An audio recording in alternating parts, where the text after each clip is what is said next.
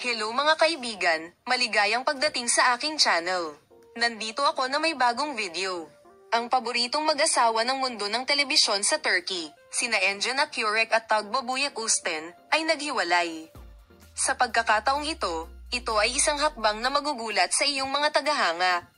Ang mag-asawa, na mas gustong mamuhay ng wala sa paningin, ay nagbigay ng isang tapat na panayam sa unang pagkakataon at binuksan ang mga pinto ng kanilang marangyang bahay kung saan matatanaw ang Bosphorus sa Istanbul sa pamamahayag sa espesyal na panayam na ito. Pinag-usapan ng mag-asawa ang mga kaakit-akit na detalye ng kanilang bahay at bumawa ng taus-pusong pagtatapat tungkol sa kanilang relasyon. Ang bahay na tinitirhan ni Engin at Tugba ay matatagpuan sa isang villa na may tanawin ng Bosphorus. Ang simple ngunit eleganteng inayos na bahay ng mag-asawa ay isang lugar kung saan inaalok ang kapayapaan at kagandahan ng magkasama.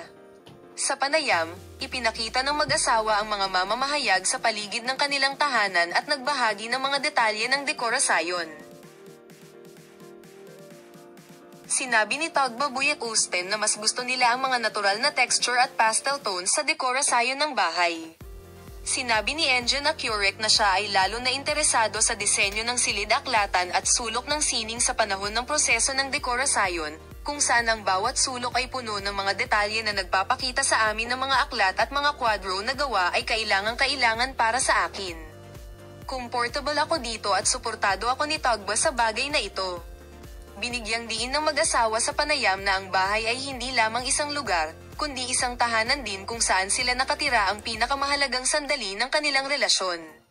Bibigyan ka namin ng detalyadong impormasyon sa paksa, manatiling nakatutok.